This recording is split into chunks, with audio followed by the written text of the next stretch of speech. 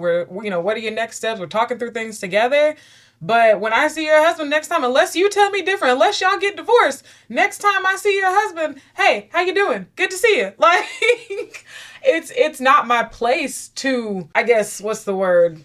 Be rude to him and disrespectful to him in that situation. Right. Exactly. Okay. All right. We went off the side a little bit. No, I think what we did, and this is why I was like, I don't know if we should start where we did, because I was like, I feel like something's missing. So I'm glad that Dad brought in, we kind of needed to present, I think, what it could look like, maybe some conversations that you need to have so that you can have good family traditions and just almost set yourself up for success when you're navigating family during the holidays. And now my mom is going to get into, should I say Teresa or my mom? It's so weird because y'all know her as Teresa, but I call her mom.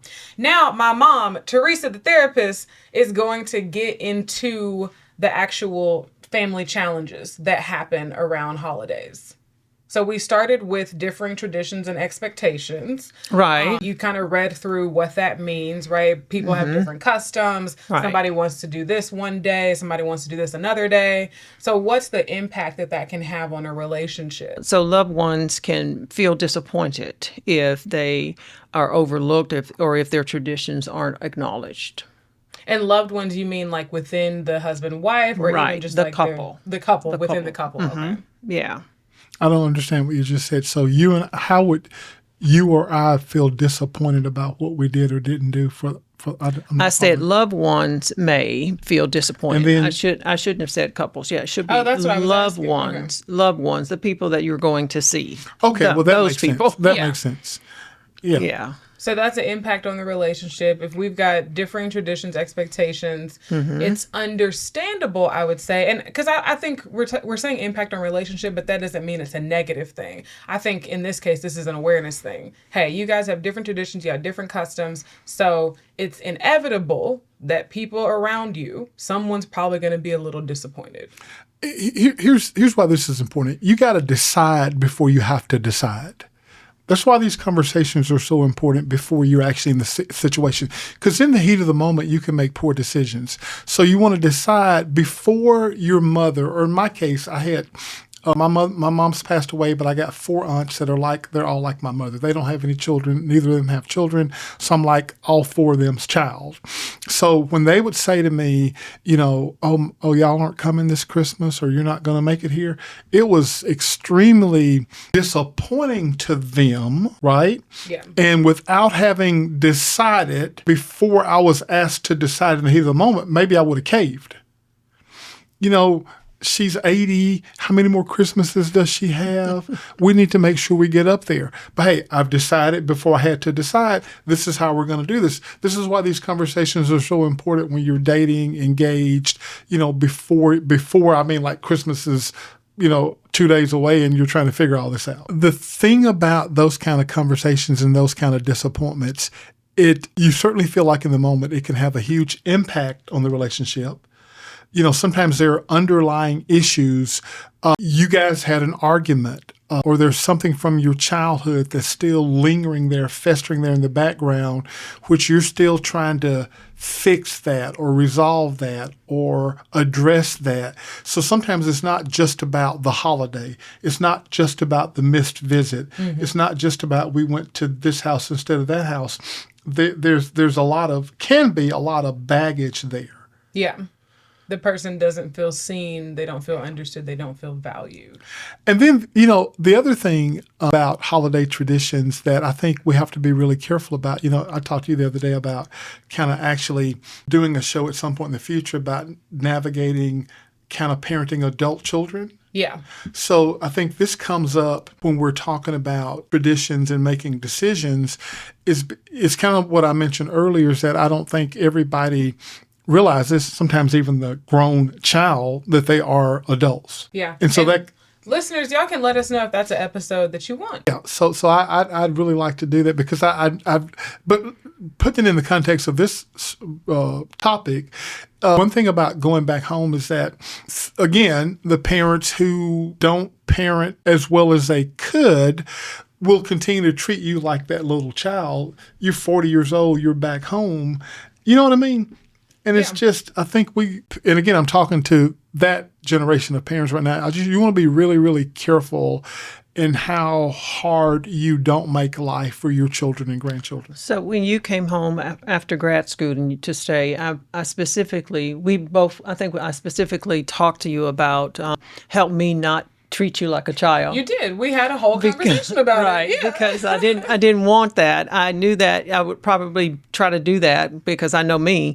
So I said, you help me not treat you like a child. And I was trying to be intentional and not treat you like a child because you're an adult. And I think that's honestly one of the reasons that we live together so well. It works. It works so well. Just for a little while longer. Yeah, not too much longer.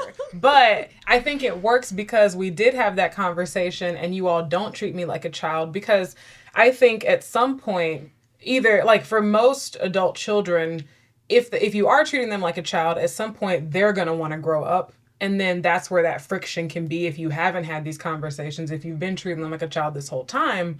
Or if they're acting like a child, you're treating them like a child, at some point you're going to want them to grow up. And so then you're going to start treating them differently and there's going to be friction there. So I think if you just have that conversation and you're like, I'm an adult, this is not a child anymore. You both understand, I guess at that point, your evolved roles. Mm-hmm.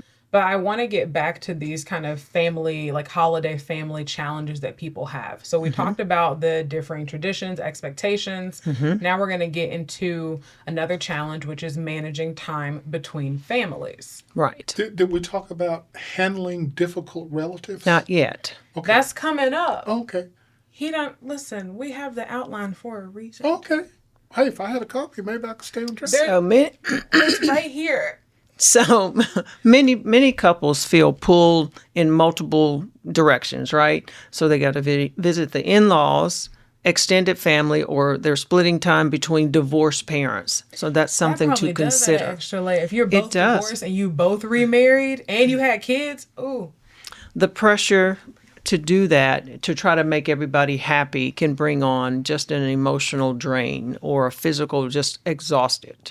Yeah. So that is something that we want to, I guess, have a little compassion for. That that there are families out here who have a very. I just told you, I've heard Why twice. would you say that? Like I say, that's it like just one of those things didn't. that sounds like it's logical, but Is it's it? illogical. No, it sounds good. It makes sense. Does it? Because it's like, yeah, well, when you say I can get another wife, I can't get another mom, that's true. Technically, it's true. And the thing is, you we're only not have one mother. We're not asking you to I guess ignore or not acknowledge your mother. You just have to set some boundaries to say, Mother, this is how it will be. I'm married now, and my wife does take priority. Well, I think that's what Dad's saying. They don't even have the wherewithal to say do that. Right. My wife I agree. takes priority. I agree. I'm And shocked. they I'm don't still understand. shocked. You've never heard the story before? But that's It's like I've heard. I've never heard it put in those words. I've heard stories of like, yeah. No, like, you've never heard us tell this story before. Oh, yeah. But that's why they're in premarital. They're learning. And that's why premarital is so important. So that we can teach what you're about to do if you're going to be in a marriage. So we can teach that. So as we talk understand. about setting healthy boundaries and communicating as a united front as part of setting those healthy boundaries, you guys need to... What This is why I say could be so important that I need to answer the phone right you now? won't know until you answer the phone. I've never had that phone call. And I pray you don't have it. I've never had that phone call. I pray you don't have it then. Because every time you call me, I try my best to answer. Well, I may be called about something important. That's different. Oh my God. That's different. I could be called about Sounds like a double standard to me. Exactly. No, I Exactly. don't. But what could the call be? The house is on fire. Did you call 911? What? You're calling me? I'm not a fire person. Anyway.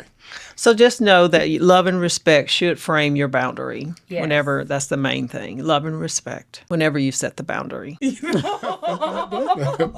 I wonder what the audience feels about this. I would love to hear that. I'd love to hear your comments. Hey, Jim. Hey, I did get a comment the other day. Basically, that guy's stupid. What guy? The guy on the show. There's only one guy on the show.